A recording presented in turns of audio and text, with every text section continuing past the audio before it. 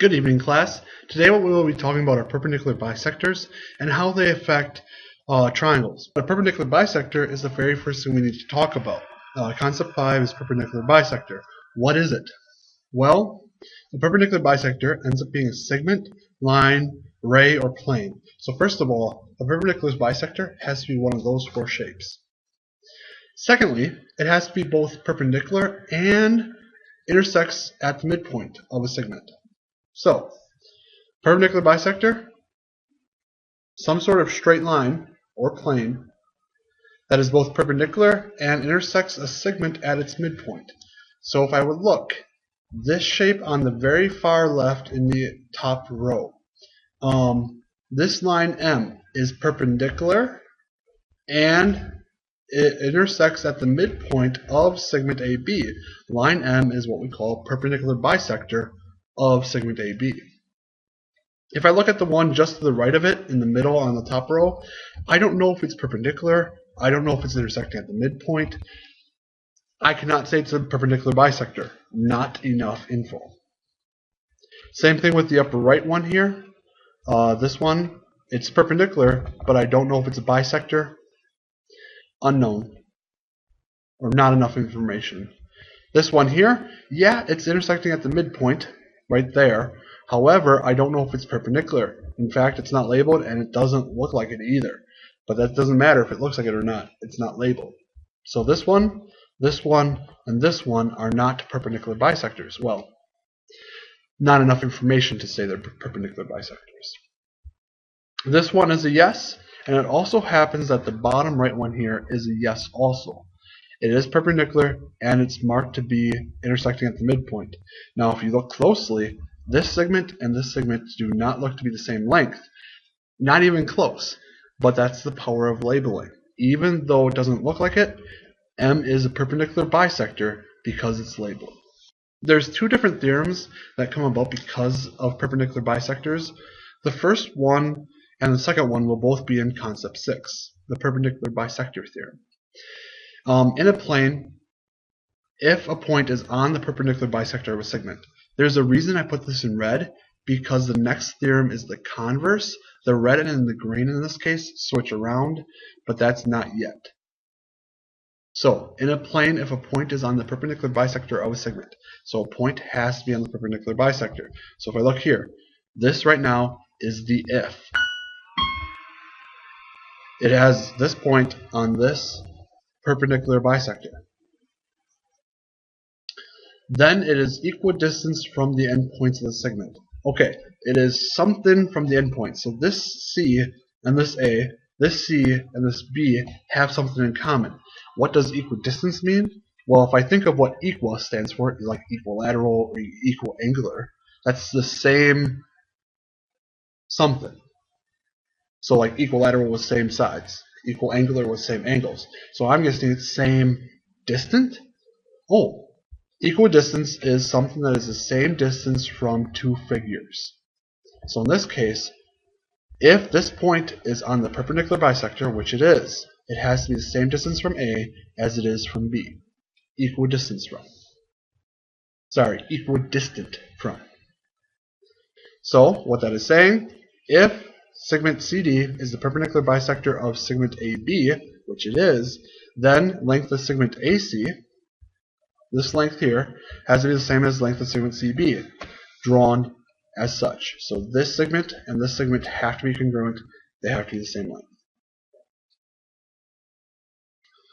So let's do two problems here. Example problem 2. I'm just asking for the length of segment AC. If I look at the first problem over here, on the left, I look. This point is on the perpendicular bisector of segment AB.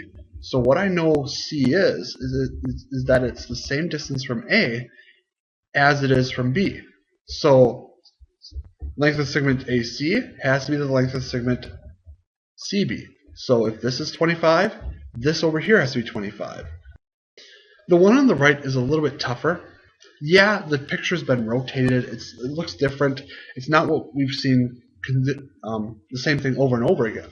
However, if I look closely, this is a perpendicular bisector, this line CD, and it's a perpendicular bisector of segment AB, and point C is on that perpendicular bisector.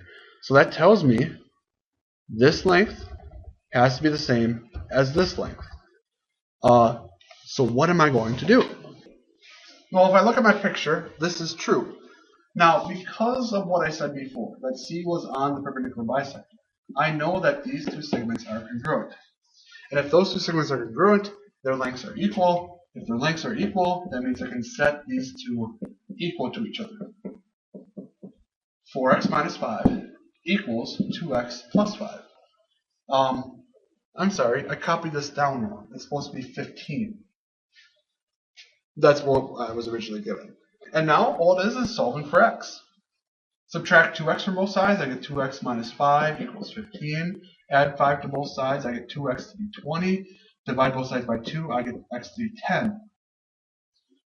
However, I'm not asking for x. I'm asking for the length of segment AC. So I'm looking for this length here, which means I have to plug it back in. So 2x plus 15 becomes 2 times 10 plus 15, which if I simplify further, that means it's 20 plus 15, and if I go further yet, the length I'm looking for is 35. And there I go. I am done. The length of the segment AC is 35. So, if I know a point is on a perpendicular bisector, I know it's the same distance away from the endpoints. Usually meaning I'm going to set stuff equal to each other. Now, the other part of the theorem, if I go back to this part, I said the next part of the concept would be switching around the red and the green. So my next theorem will say, in a plane, if a point is equidistant from the endpoints of the segment, then it is on the perpendicular bisector of a segment. So that's exactly what this says. If this point here is the same distance from A as it is from B, marked such, then if there is a perpendicular bisector here, actually even if there isn't, it would be on the perpendicular bisector. So this point, because it's the same distance from A as it is from B, it is automatically on line CD here, because line CD is a perpendicular bisector. Alright, so these next type of example questions are conceptual. But these are the conceptual problems. Will line AB pass through point E? So remember, there's two conditions. First of all, point E has to be the same distance from the endpoints. And if it's on line AB better be a perpendicular bisector. So I need to have line AB be a perpendicular bisector. So I have to have line AB be a perpendicular bisector. I also have to have point E being equidistant from points D and C. If I get both of those things to work, automatic. It will be on line AB. So I look here. First condition.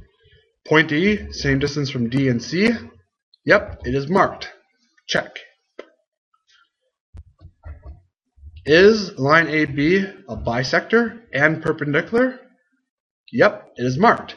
So my two conditions have been met. Yes, line AB passes through point E. Has to. No way around it. Over here, I look. Line AB, perpendicular, bisector. Perfect. Line AB is a perpendicular bisector. Now all I need is E to be equidistant from C and D. Ooh, it's not marked. It looks like it though. However, there's not enough information. So, not enough information. I don't know if it's equidistant. And the bottom middle one here. Again, I look. E is equidistant from C and D. Yes, check. One of the things off that I need to have for it to pass through point E. Now all I need is line AB here to be a perpendicular bisector. Well, it's a bisector, but I don't see a perpendicular symbol. I don't know if it's perpendicular. Therefore, even though it's a bisector and E is equidistant, it still fails because, well, I can't say it passes through line AB because I don't know if it's perpendicular. I'm like this. I don't know. So in this case, the upper left is yes. All the conditions were met. Line AB passes through E. But for the upper right and the bottom here, it's not enough information. I'm missing one crucial piece of information, whether it's the lines being perpendicular or E being equidistant. So there. Example 4 is a little bit tougher. It asks the question, is line CD a perpendicular bisector of segment AB? Most of the time it will be marked for you, or it will be said it's a perpendicular bisector, but not always. Sometimes I give you some, but not all of the information. In each of these cases, you should be able to tell me whether or not it's true. I will let you know that 2 of these are yes, 1's a no. Go ahead and try it on your own to tell me which ones are yes. Alright, so this is what I have here. If I look at the upper left one, the first one, I see that I have this segment and this segment being congruent. I have it being perpendicular. But I don't know if it bisects. Well, if I want to know if this length and this length are the same, one way I could show they are the same is if I get this triangle here be the same as this triangle here. If I get that to happen, I will have the corresponding parts match up. So can I think of any way to get the 2 triangles, the one on the left and the one on the right, to be congruent? Well, what if I said segment ED is congruent to segment ED? Well, oh yeah, that is true. Reflexive property. Well, now I can say triangle AED is congruent to triangle BED, or triangle bed, I guess. But look, now A and D is the first and last letter. B and D are the first and last letter. And that is what I'm looking for. The corresponding parts of congruent triangles are congruent. Would allow me to say segment AD is congruent to segment DB. And again, that's by corresponding parts of congruent triangles are congruent. And now the answer is clearly yes. Line CD is a perpendicular bisector. Yeah, I didn't know that it was bisected until I did some work.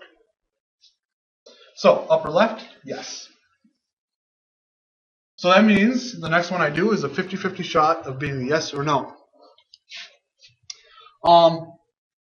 The order I went in last time was straight across, so let's do that here. I look at this next problem. Well, I used the reflexive property here before. So what if I said that's reflexive? That's true. So I have side, side, side, side, side, side. Whoa, whoa, whoa. 3 sides matching up to 3 sides. Those 2 triangles are congruent. If those 2 triangles are congruent, that means every single part of them are congruent. In particular, this angle and this angle is congruent. And wait, if those 2 angles are congruent and they're a linear pair, that means they have to be a right angle. Them being a right angle means, well, line CD is perpendicular. It's a bisector. Yes. Again, I'm going through the same sort of steps over here. First step, get triangles to be congruent. Second, get the perpendicular and bisecting where I need it. So yeah, this one's a yes. So by process of elimination, this is no. Well, can I get the 2 triangles to be congruent? No, that's still true. Can't do anything with those angles. I can't do anything with those angles. Can't do anything with these. I can't do anything with both sides. I can't get my third piece of information no matter where I look. So I can't say without a shadow of a doubt that those 2 angles are right angles. Therefore, not enough information. I guess I really shouldn't put a no here.